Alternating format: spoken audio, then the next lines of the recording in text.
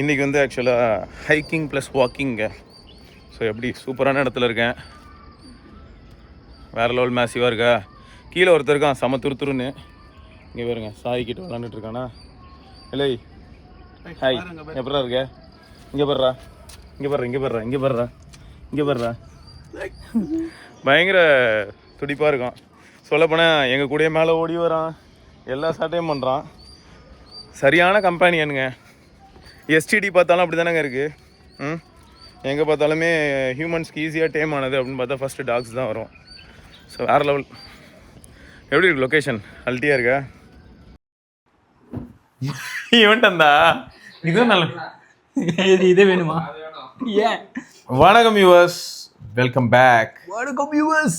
இன்னைக்கு நாங்கள் என்ன பண்ண போறோம்னா, இதுக்கு முன்னாடி நம்ம வந்து ஒரு சீரிஸ் ஆரம்பிச்சோம், நாம இருக்கா? என்னது? அதுக்கப்புறம் நான் காணாம போயிட்டேன். அது வேற நம்ம ஆப்ஸ்க்கு ஆரம்பிச்சேன். அது ஆப் சீரிஸ் வரும் மண்டேல இருந்து. அது திருப்பி it will back to form. மன்னிச்சுக்கோங்க. ஏதாவது ஒரே ஒரு டாபிக்கை வச்சு நிறைய கொஸ்டின்ஸ் இருந்தால் அது ஒரே வீடியோவாக போடுறோம்.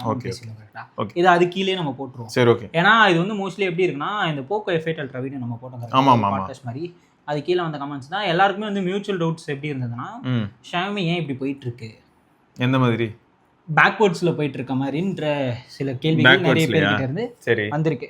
சோ அது ரிலேட்டடா நிறைய கமெண்ட்ஸ், நிறைய கேள்விகள் வந்து நீ அதை அப்படியே படிச்சனா எனக்கு அதுக்கு ஒரு இதுக்கும் நமக்கு ஆன்சர் வரும். ஓகேவா?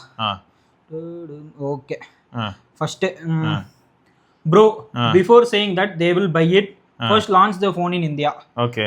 If you want to have that confidence, Vivo and Xiaomi companies do not have it. Okay, right. Vivo தான் தாராளமா லான்ச் பண்ணிட்டு இருக்கானே. அப்படி சொல்றாங்க. Let's try such efforts in the future. I can already see that the Redmi has already seen a huge decline in Indian mobile market. In such a situation, such mobiles are waste of money, but the value of Redmi will create trust in Redmi again among the people. My opinion is that, bro, share your views on this in comment box. So if mobile phones come back at good price, Indian will not hesitate to buy them. Share your views. இல்லை correct. இப்போ தான் LPDDR ரேமை வந்து நான் கொண்டு போய் ஏஐல சொருகிறேன்னு கிளம்பிட்டோம். இப்போ ஃபோனோட ப்ரைஸ் எல்லாம் இன்க்ரீஸ் ஆகி போச்சு. இந்த நேரத்தில் இனிமேல் ரெட்மி எங்கேருந்து கம்பீட் பண்ணிட்டு குன்ஃபு பண்ணுறது? எனக்கு இப்போ எப்படி இருக்குன்னா, இவங்க லான்ச் பண்ணாங்கன்னா அவங்க நிலைமை என்னன்னு நான் சொல்லிட்டேன். வேலைன்னு வந்துட்டு வெள்ளக்காரன் அந்த படம் பார்த்துருக்கியா? கடைசியில் ஒரு தடவை கஷ்டப்பட்டு எல்லாத்தையும் அடக்கி நவதூரங்களையும் அடக்கி உட்காந்து கவனிச்சிட்டு இருப்பாங்க. சொல்ல வர நேரத்தில் கதவை பேத்துட்டு உள்ள வருவான் தெரியுமா, ஹீ ஹா ஹூ அப்படின்னு. அந்த மாதிரி தான் இருக்கும். இல்லை அந்த மாதிரி தான் இருக்கும் இவங்களோட லான்ச். ஏன்னா ப்ராப்ளம் என்னன்னா, கமெண்ட் செக்ஷன்ல நான் பார்த்தேன், ஒரு நண்பர்ல என்ன போட்டிருந்தாருன்னா, 65,000 ரூபான்னு இது வந்ததுன்னா கூட இது கில்லர் ஃபோன் ப்ரோ அப்படின்னு போட்டிருந்தாரு. எதுனா F8 Ultra. இங்க ப்ராப்ளம் என்னன்னா, F8 Ultra யூஸ் பண்ண என்ன விடுங்க, பரத்வாஜ் யூஸ் பண்ணி பார்த்தா ஷாக் ஆயிட்டான். சுடர் வந்து 16 Pro Max யூஸர், அவனும் ஷாக் ஆயிட்டான். கௌதம் ப்ரோ ஆல்ரெடி அதை பார்த்ததுலேருந்தே அவருக்கு ரொம்ப பிடிச்சிருச்சு. நான் அவருக்கு ஆடியோ ரொம்ப பிடிக்குமா, ஸோ இது நான் அப்படியே கவுத்து போட்டு ஸ்பீக்கரா யூஸ் பண்ணிட்டு போயிடுவேன் ப்ரோ, ஃபோன்ல அப்படியே ஆடியோ அப்ளை பண்ணுவேன், எனக்கு அப்படி இருக்கு ப்ரோ அப்படிங்கிறாரு. ஸோ ஏதோ ஒரு வகையில ஒரு டிவைஸ்ல ஒரு USB ஆட் ஆனதே ஒரு பெரிய விஷயமா இருக்கு. ஏன்னா இன்னைக்கு வந்து இன்னோவேஷன் அப்படிங்கிறது வந்து எந்த அடிப்படையில போயிட்டு இருக்கு அப்படின்னு பார்த்தா, சும்மா அடுத்த ஜெனரேஷன் ப்ராசரை உள்ள வைக்கிறதோ, இல்லாட்டி வந்து சும்மா சென்சார் சைஸ் இன்க்ரீஸ் பண்றதோ, அதே ஸ்கொயர் பொட்டி அதே மாதிரி போயிட்டு இருக்கு. எனக்கு தெரிஞ்சு ரொம்ப நாள் கழிச்சு ஸ்பீக்கர், இதுக்கு முன்னாடி எப்படி தெரியுமா, ஒரு 5-6 வருஷம் முன்னாடி நீங்க போனீங்கன்னா ஸ்பீக்கர்ல பேஸ் வந்து நல்லா டெலிவர் பண்றதுக்கு என்ன பண்ணிருப்பாங்க, பாட்டம் ஸ்பீக்கர் இருக்கு இல்லையா, பாட்டம் ஃபயரிங் ஸ்பீக்கருக்குள்ள ஒரு சேம்பர் கிரியேட் பண்ணி அந்த சேம்பருக்குள்ள ஃபோம் பால்ஸ் போட்டு அதன் வழியா பாத்தீங்கன்னா உங்களுக்கு ரிவர்ப் அண்ட் அந்த டீப் பேஸ் ட்ரை பண்ணிருப்பாங்க. ஸோ நீங்கள் ஸ்பீக்கரை பிச்சு பார்த்தீங்கன்னா அதுக்குள்ள ஒரு குட்டி குட்டி ஃபோம் பால்ஸ் இருக்கிறதெல்லாம் நீங்கள் பார்த்துருப்பீங்க. இது எப்போனா ஒரு 5 to 6 years பேக்கு. அப்போ ஸ்பீக்கர் வந்து இன்னும் பெட்டர் ஆகுதுன்னு நம்ம பார்த்தோம். ஐஃபோன்லேயும் ஸ்பீக்கர் நல்லா இருந்தது, ஐஃபோன்லேயும் ஹேப்டிக் மோட்டர் நல்லா இருக்கு. ஸோ இந்த மாதிரி ஒரு சில விஷயங்கள் வந்து இம்ப்ரூவ் ஆகும்போது நம்ம அதை பார்த்து ரொம்பவே வியப்பாக இருந்திருப்போம். அந்த மாதிரி இப்போ எப்படி இருக்குன்னா, ஒரு ஃபோன் ஸ்பீக்கரில் சப் ஊஃபர் அப்படிங்கிற கான்செப்டை வந்து ஃபர்ஸ்ட் டைம் இவங்க கொண்டு வந்திருக்காங்க. ஸோ இது வந்து ஒரு பெரிய ப்ளஸ் தான். பட் இதில் ப்ராப்ளம் என்னன்னா, இது எவ்வளோ பேரை போய் சேருதுங்கிறது தான். ஸ்பீக்கர் வந்து ஃபார் ஷூர் எல்லாருக்குமே யூஸ் ஆகும். பட் இந்த ஸ்பீக்கருக்காக இந்த டிவைஸ் வாங்குறேன் அப்படின்னு எவ்வளோ பேர் முன் வருவாங்கிறது ஒரு கேள்வி. ரெண்டாவது, போக்கோ அப்படிங்கிறது வந்து ரெட்மியை விட கம்மி பிரைஸ்ல விற்கக்கூடிய ஒரு பிராண்டு. இப்போ அவங்க வந்து 60,000 ரூபாய்க்கு இங்கே பிரைஸ் பண்ணாங்கன்னா கிரேசி சீரிஸா. ஏன்னா Snapdragon 8 Elite Gen 5, so latest SoC plus 5x periscope நிஜமாவே நல்லா வேலை செய்யுது. இன்னோவேட்டிவ்னு பார்த்தா இப்போதைக்கு இவங்க நல்லா தான் பண்ணியிருக்காங்க ஸ்பீக்கர் விஷயத்துல. ஆமா, நிஜமா நல்லா பண்ணியிருக்காங்க. ஆனா ஹைலைட் என்னன்னா, ஆனா போக்கோ ஆஸ் அ பிராண்டு எவ்வளோ பேர் வந்து 60,000 ரூபாய் பே பண்ண தயாரா இருப்பாங்க அப்படிங்கிறத ஃபர்ஸ்ட் அவங்க மார்க்கெட்டில் லெசன் பண்ணணும். ஏன்னா உள்ள வந்துட்டு சேல் பண்ண முடியாமல் போனாலும் அசிங்கமாயிடும். இப்போ ஒரு ஃபோன் லான்ச் பண்ணுறாங்க, அதில் வந்து எந்த விதமான கன்வர்ஷனும் நடக்கல அப்படின்னா நம்மளுக்கே தெரிஞ்சது தானே ப்ரோ, நான் நல்லா ஓடுவேன்னு நினச்சி நான் ஓட ஆரம்பிக்கிறேன், பார்த்தா கடைசியில் நான் தான் ஃபினிஷ் பண்ணுறேன் அப்படின்னும் போது என் மனசு எப்படி இருக்கும்? ஸோ அந்த மாதிரி வந்து எனக்கு பொட்டன்ஷியல் இருக்குது, பட் ஏதோ ஒரு சில ரீசன்ஸ்னால நான் வந்து ஓட முடியாமல் போகுதுன்னு வைங்க. ஆனால் மென்டலாக நான் வந்து ஒரு பெரிய ட்ரோமா சந்திக்கணும். இப்போ நான் அதுலேருந்து திரும்ப மீண்டு வரணும். ஸோ இந்த மாதிரியான ஒரு ரிஸ்க் எடுக்கணுமா அப்படின்னு அவங்க யோசிக்கிறாங்க. ஸோ நீங்கள் எல்லாரும் இப்போ இன்ட்ரெஸ்ட் காட்டுறீங்களா? இப்போ ஒன்று வேணா பண்ணலாம், நான் என்ன தெரியுமா சொல்லலாம், இதுக்கு முன்னாடி நாங்கள் அதுக்கு தான் ஸ்மார்ட் ஃபோனுக்கும் ஒரு change.org ஒரு பேஜ் ஓப்பன் பண்ணோம். ஸ்மார்ட் ஃபோன் வந்த புதுசுல யாரும் வாங்கல, பட் மேட் இன் இந்தியாவை பத்தி பெருசா பேச ஆரம்பிச்சதுக்கப்புறம் இந்தியாவிலேருந்து ஒரு பிராண்ட் வந்ததுன்னா நான் கண்டிப்பா வாங்குவேன் அப்படின்னு சொல்லி நிறைய பேர் வெளில வந்தாங்க. ரீசன் என்ன, சைனாவும் இந்தியாவும் அந்த கிளாஷ் ஆனாங்க இல்லையா.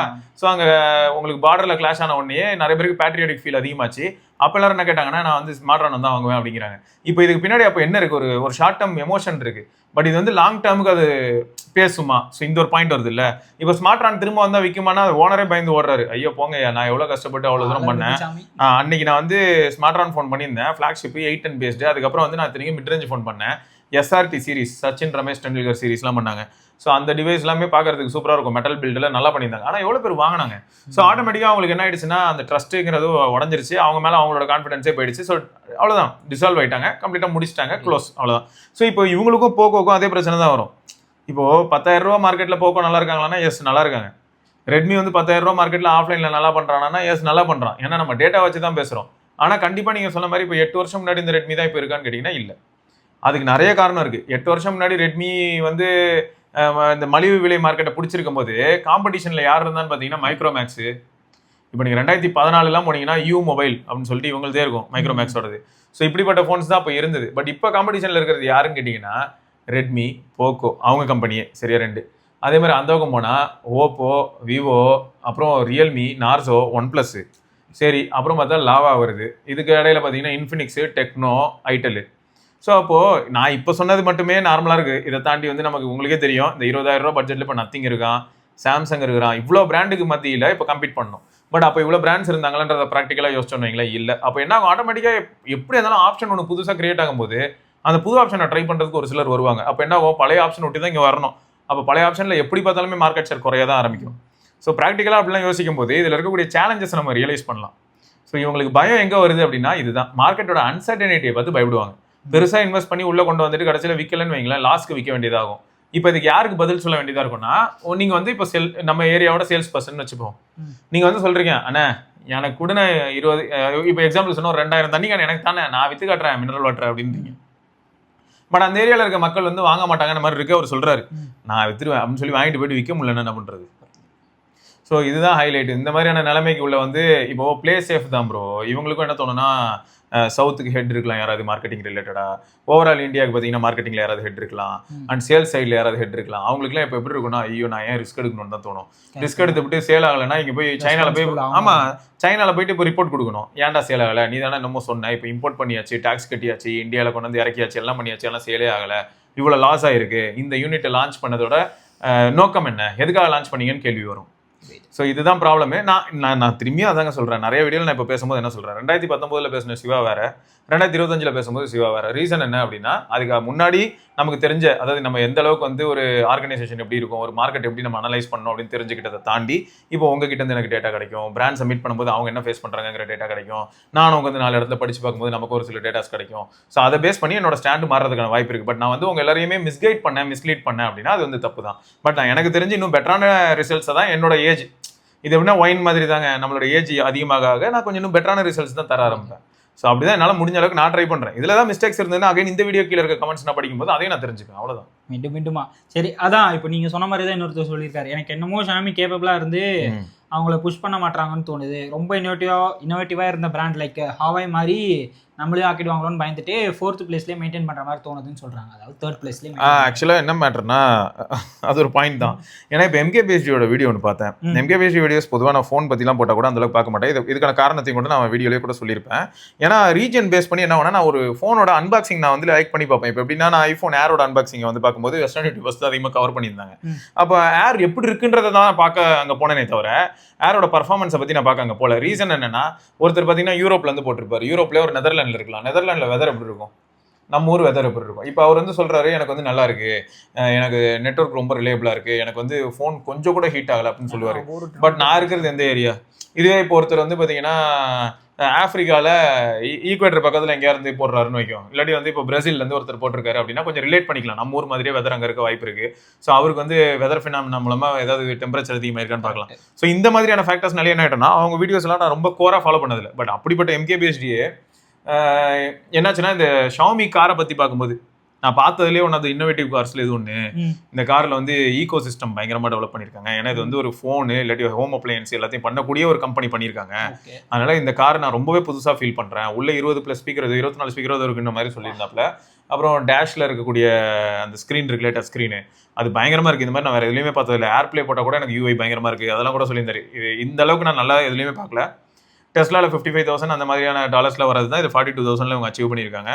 ப்ளஸ் இன்னொன்று என்னன்னா, இதில் ஸ்பீக்கர் சிஸ்டம் வந்து எந்த அளவுக்கு எஃபெக்டிவாக இருக்குங்கிறதுக்கு ஒரு 2-3 ப்ரோ சொன்னார். அதில் அது வந்து எனக்கும், நான் கார் அந்த அளவுக்குலாம் யூஸ் பண்ணுற ஆள் கிடையாதுங்க. நான் ஓட்டுறதோ பழைய குவாலிஸ், அது வந்து 2000 மாடல். ஸோ இதெல்லாம் அது கரெக்டு, பட் இதெல்லாம் ரொம்ப மாடர்ன் கார்ஸ். ஸோ இதை பார்க்கும்போது எனக்கு என்னன்னா, அவர் சொன்ன ஒரு சில ஃபேக்டர்ஸ் வந்து செமையாக இருந்தது. ஆப்பில் லைவாக கண்ட்ரோல் பண்ணுறதுலாம் பயங்கரமாக இருக்குது. ரியர் வீலா ஃப்ரண்ட் வீலா டிரைவ் அதை கூட ஆப்பில் அப்படி ஸ்லைட் பண்ண மாறும். ஸோ நிறைய விஷயங்கள், பவர், பர்ஃபார்மன்ஸ் எல்லாத்தையும் மாற்ற முடியுது. இதெல்லாம் தாண்டி இப்போ ஒரு நேவிகேஷன், லைவ் நேவிகேஷன் மேப் போட்டிருக்கேன் அப்படின்னா எனக்கு தான் தேவை, டிரைவருக்கு தானே தேவை. பட் உள்ள எல்லாருமே இருக்காங்க அப்படின்னும் போது பின்னாடி இருக்கிறவங்க, சைடில் உட்காந்துருக்கவங்களாம் வேறு ஏதாவது என்ஜாய் பண்ணுவாங்க, மியூசிக் கேட்டுட்டு என்ஜாய் பண்ணிட்டு இருப்பாங்க. மியூசிக் நடுவில் பொதுவாக நம்ம இப்போ ஃபோன் யூஸ் பண்ண என்ன ஆகும் அப்படின்னு பார்த்தோன்னா, இப்போ ஒரு நமக்கு நேவிகேஷன், அப்போ நீ ஹெட்ஃபோன்ஸில் கூட கேட்டிருப்பேன், பாட்டை டல் பண்ணிட்டு கூகுளை கத்துமா.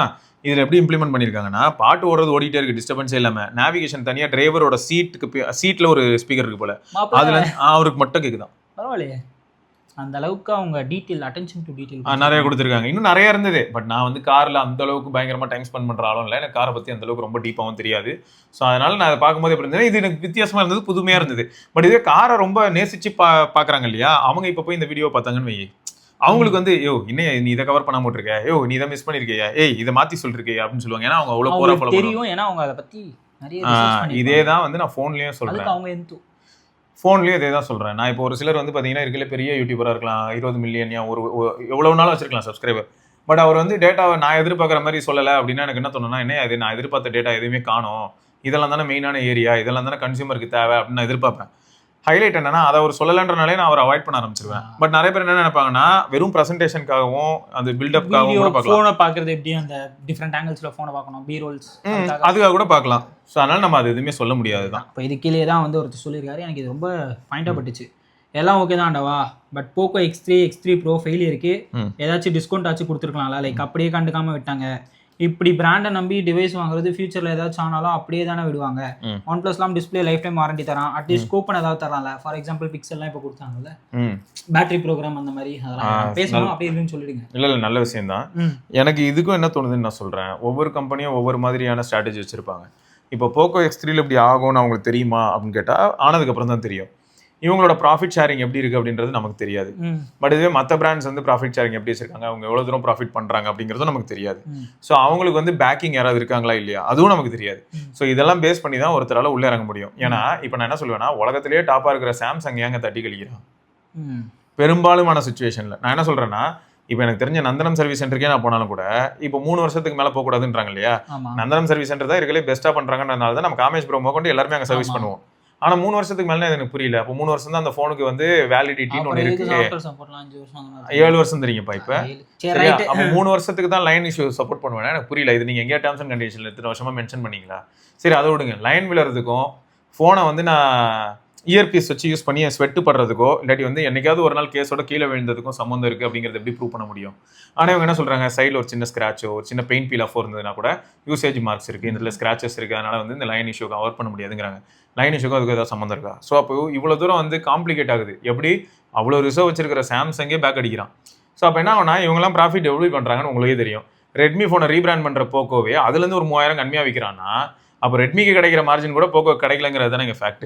இதை தாண்டி ஆப்ரேட்டிங் காஸ்ட்னு ஒன்று உண்டு, இதை பற்றி நம்ம நிறைய தடவை பேசியிருப்போம். பட் ஸ்டில் நீங்கள் சொல்கிறதெல்லாம் கரெக்ட் தானே. இப்போ OnePlus வந்து ரீப்ளேஸ் பண்ணால் அதான் அவனோட display. But at end of the day 13 சீரிஸ்க்கு அப்புறம் என்ன பண்ணானா, நீங்கள் OnePlusல எது வாங்கினா உங்களுக்கு லைஃப் டைம் ஸ்க்ரீன் ரீப்ளேஸ்மெண்ட். கரெக்டா? இதை பற்றி நான் வந்து ஐக்கூ டீம் கிட்ட பேசினேன், விவோ டீம் கிட்ட கூட பேசினேன். சரியா? அவங்களும் வந்து பண்ணி தராங்க. ஆனால் எங்கேயுமே வந்து ஒரு லான்ச் ஈவெண்ட்டில் சொல்ல மாட்டாங்க. ஏன் அப்படின்னு கேட்டால், அவங்க வந்து சைக்காலஜிக்கல் ப்ராப்ளம் இருக்குது ப்ரோ அப்படின்றாங்க. என்ன ப்ரோ அப்படின்னா, எங்கள் ஃபோனை நீங்கள் வாங்கினீங்கன்னா லைஃப் டைம் டிஸ்பிளே ரீப்ளேஸ்மெண்ட் அப்படின்னு நான் சொன்னேன்னா, அப்போ இவங்க ஃபோன்லேயும் லைனோட வாய்ப்பு இருக்குங்கிறத அவங்க ஃபஸ்ட்டு நினைக்கிறாங்களே தவிர என் ஃபோனை நம்பி வாங்கலாம்னு நினைக்க மாட்டாங்க. அப்போது நான் இந்த மாதிரியான ஒரு விஷயத்தையே சொல்லலை. ஆனால் லைன் விழுந்ததுன்னா என்கிட்ட வந்தாங்கன்னா நான் மாற்றி கொடுக்குறேன். ஸோ இதுதான் ஃபேக்ட். இப்போது இதில் வந்து பார்த்தோன்னு ஏன் டிஸ்பிளே லைன் அப்படிங்கிறது ஒரு டிஸ்பிளேங்கிறது ஒரு தனி காம்பனண்ட்டு. ஆனால் இங்கே வந்து பார்த்தோன்னா போர்டே எகிரிடும். போனே சரியா? வராது சார். ஆமா, CPU reballing issue. So CPU ரீபால் பண்ணோம். அதுவும் வந்து பாத்தீங்கன்னா சக்சஸ் ரேட் எப்படி இருக்கும் அப்படின்னா, நமக்கு தெரிஞ்சவங்களே பண்ணி கொடுத்தாலும் திரும்பியும் நம்ம கேம் ஆடணும்னா வாயை பழக்கிறதுக்கான வாய்ப்புகள் ரொம்பவே அதிகம். ஸோ அதனால அது வந்து ஃபெயில்டு தான். சரியா? அது இன்ஜினியரிங் ஹார்ட் அட்டாக் வந்த மாதிரி தான் அது இன்ஜினியரிங் ஃபெயிலியர் மாதிரிங்க. ஸோ அது வந்து ஒரு பெரிய பிளண்டர் மிஸ்டேக். ஆனா என் ப்ராப்ளம் என்னன்னா, நீங்க அதனால அதை ட்ரஸ்ட் பண்றது இல்லை அப்படின்னு சொல்லிட்டு அந்த பிராண்ட் விட்டு நீங்க விலகிறது தப்பே கிடையாது. நான் இப்பயும் அதான் சொல்லுவேன், நீங்க விலகிட்டீங்களா, இட்ஸ் வெல் அண்ட் குட், நீங்க திரும்ப போகணும்னு அவசியம் இல்லை.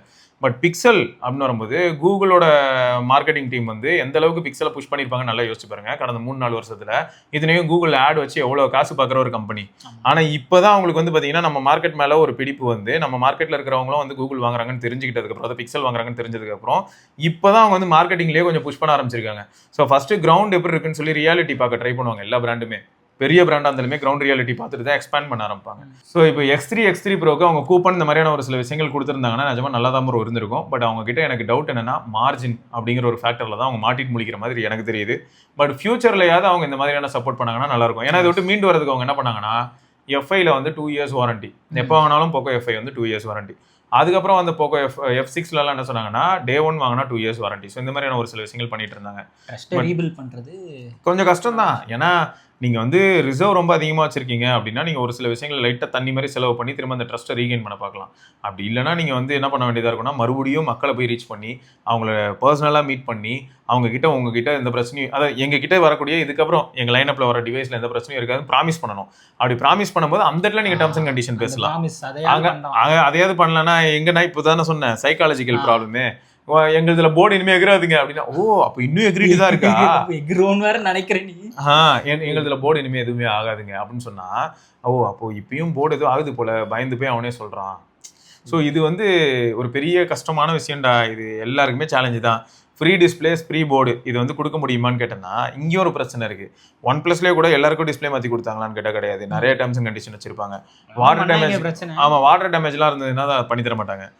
ஈவன் கீழே விழுந்து பேக் டோர் கிராக்காக இருந்தால் கூட பண்ணி தருவாங்க. ஆனால் ஒரு சில டேமேஜஸ், ஒரு சில கைண்ட் ஆஃப் டேமேஜஸ்க்கு வந்து அவங்க அட்ரஸ் பண்ண மாட்டாங்க. அது அவங்க டேர்ம்ஸ் அண்ட் கண்டிஷன்லேயே இருக்கும். அதே மாதிரி தான் எல்லா இடத்துலையும் என்ன ஆகுதுன்னா பல சேலஞ்சஸ் வரும். ஆனால் இதில் எக்ஸ்ப்ளாய்ட் பண்ணுறதுக்குன்னு ஒரு கேங் இருக்கும் பார்த்தியா, அந்த ஒரு பயமும் பிராண்ட்ஸ் உண்டு.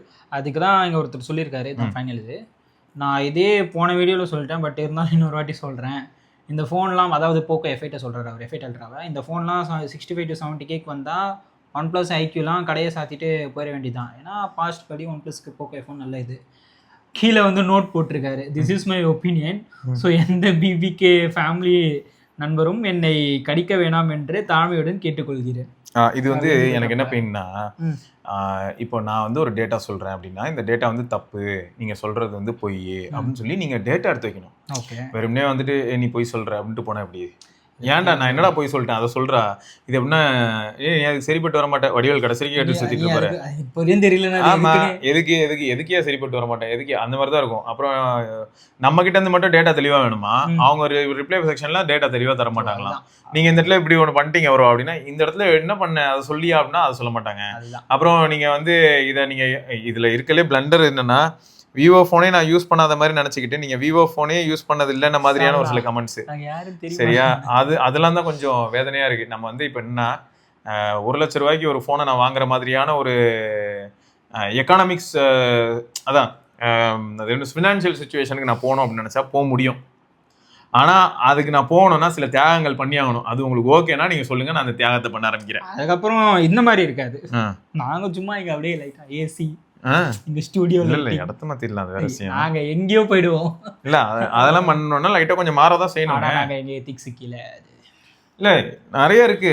இங்க பாருங்க, எல்லாருமே வாழ்க்கையில பிழைக்கிறதுக்கு அதெல்லாம் பண்றாங்கன்னே வைங்க. இப்போ என் பிளாட்ஃபார்ம் யூஸ் பண்ணி யாரோ ஒருத்தர் வந்து ப்ரொமோஷன் தேடுறாங்க அப்படின்னா என் பிளாட்ஃபார்முக்கு அப்ப என்ன மரியாதை? அப்போ இதுக்கு நான் ஒரு ஃபீ போடணும்ல. பிளாட்ஃபார்ம் ஃபீ மற்றவங்க போட்டால் ஒத்துக்கிறீங்க, செப்டோ போடுறான், அமேசான் போடுறான், ஃப்ளிப்கார்ட் போடுறான், அங்கெல்லாம் வந்து பிளாட்ஃபார்ம் ஃபீ அக்செப்ட் பண்ணுறாங்க. யூடியூப்ங்கிறது ஒரு பிளாட்ஃபார்ம், அந்த பிளாட்ஃபார்ம்ல இந்த கடை இருந்து இந்த கடைக்கு நான் ஒரு ஃபீ போட்டால் மட்டும் யாருமே அக்செப்ட் பண்ண மாட்டேங்கிறேன்.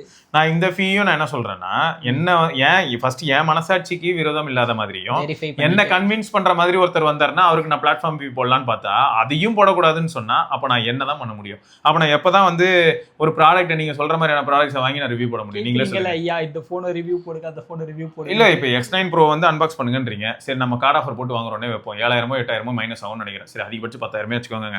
₹1,00,000 இப்போ ஓப்போ ஃபைண்ட் X9 ப்ரோ கிடச்சிருது. நான் இந்த ₹1,00,000 கிடச்ச பில்லு கொண்டு எல்லாத்தையும் காட்டிடுறேன்னே வைப்போம் வீடியோவில். பட் யார் வந்து முன் வந்து அதை வந்து பரவாயில்லண்ணே நீ இவ்வளோ தூரம் எங்களுக்கு ஹெல்ப் பண்ணனால ₹5,000 லாஸுக்கு நான் வந்து 95க்கு வாங்குறேன் அப்படின்னு எவ்வளோ பேர் முன் வருவாங்கன்னு நினைக்கிறீங்க? செல்லர்கிட்டலாம் போனால் செம்ம ஃபன்னாக இருக்கும். சரிடா ஒருத்தன் சிக்கிட்டான்டா இல்ல பாதி கூட இல்ல. அவங்க என்ன பண்ணுவாங்கன்னா ஒரு 65க்கு எடுக்கிறேன் 70க்கு எடுக்கிறேன். ஏன்னா அவங்க சேஃபா இருக்கிறதுக்காக பார்ப்பாங்க. மூவே ஆகலனாலும் ஒரு மாசம் வச்சு மூவ் பண்றதுக்காக அவங்களோட சேஃப்டியை பத்தி அவங்க யோசிப்பாங்க. எல்லாரும் யோசிக்கிறது தான். அவரும் ஒரு இண்டிவிஜுவல் தானே.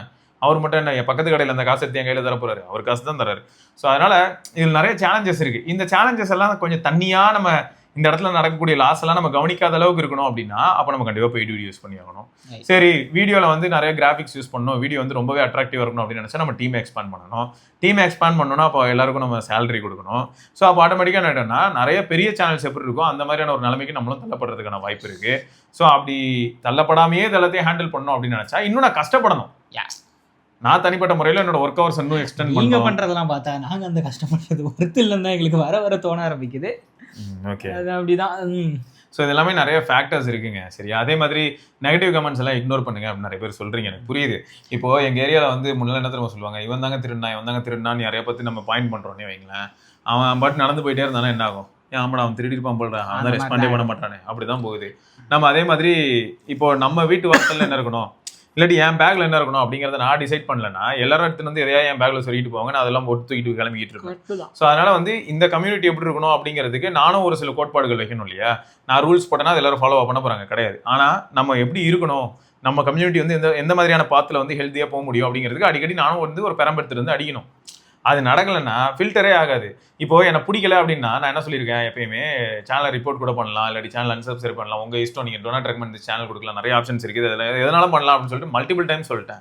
ஸோ அப்போ ஆட்டோமேட்டிக்காக உங்களோட கண் முன்னாடி எந்த டிஸ்பிளேலையும் நான் தெரிய போகிறது கிடையாது. நேரில் வந்தாலும் நீங்கள் யாரையும் கூட பேச போகிறதும் கிடையாது பிடிக்கலன்ற பட்சத்தில். அப்படி இருக்கும்போது இதை பண்ணிட்டு ஈஸியாக போயிடலாம்ல. எதுக்காக நம்ம தேவையில்லாமல் கமெண்ட்ல வந்து என்னையும் திட்டி இல்லாட்டி சம்மந்தமே இல்லாமல் யாரையோ திட்டி அதெல்லாம் வந்து கொஞ்சம் கோளாறாக தான் இருக்குன்னு நினைக்கிறேன். ஏன்னா ஒவ்வொருத்தரும் ஒவ்வொரு கைண்ட் ஆஃப் ஃபேனாக இருப்பாங்க ப்ரோ. இப்போ பால்கோவா பன் இருக்குது எங்கள் ஏரியாவில் அப்படின்னா பால்கோவா பன் சாப்பிட்றோம்லாம் அப்படின்னு நான் சொன்னேன்னு வைங்களேன். இல்லை எனக்கு புரியல. அது வந்து ஒருத்தருக்கு பிடிக்கலாம், ஒருத்தருக்கு பிடிக்காம இருக்கலாம். ஒரு சிலருக்கு இனிப்பு பிடிக்காது, காரம் தான் பிடிக்கும். அதுக்காக இனிப்பு சாப்பிட்ற எல்லாம் அப்படின்னா விளங்குமா? அதனால நமக்கு எதாவது பிடிச்சிருக்கா அதை வாங்கி நம்ம அமைதியாக போயிடணும், அவ்வளோதான். அப்படி லைஃப் ஓட்டுற வரைக்கும் நிம்மதியாக இருக்கலாம். அதை விட்டுட்டு நான் வச்சிருக்கிறது அந்த உலகத்துலேயே பெஸ்ட்டு அப்படி வர ஆரம்பிச்சோன்னா தான் பிரச்சனை ஆரம்பிக்கும். நான் வச்சிருக்கிறது எனக்கு பெஸ்ட்டுப்பா அப்படின்னு சொல்லிட்டு நடந்து நகர்ந்து போயிட்டோன்னு வைங்களேன், எந்த பிரச்சனையும் கிடையாது. பார்த்துக்கோங்க. அப்படிதான். ஓகே அதாங்க இன்னைக்கான இது. இதில் உங்களோட கருத்துக்களை கீழே சொல்லுங்கள். நன்றி, வணக்கம். சிவபரணி, நரேஷ் பத்மநாபன், டாட்டா. ஓகேண்ணா, இது ரைடெல்லாம் கட்டிங் ட்ரிமிங் பண்ண முடியுமா பண்ணிடுறேன். நம்மளால் பேக் பண்ணிட்டேன்.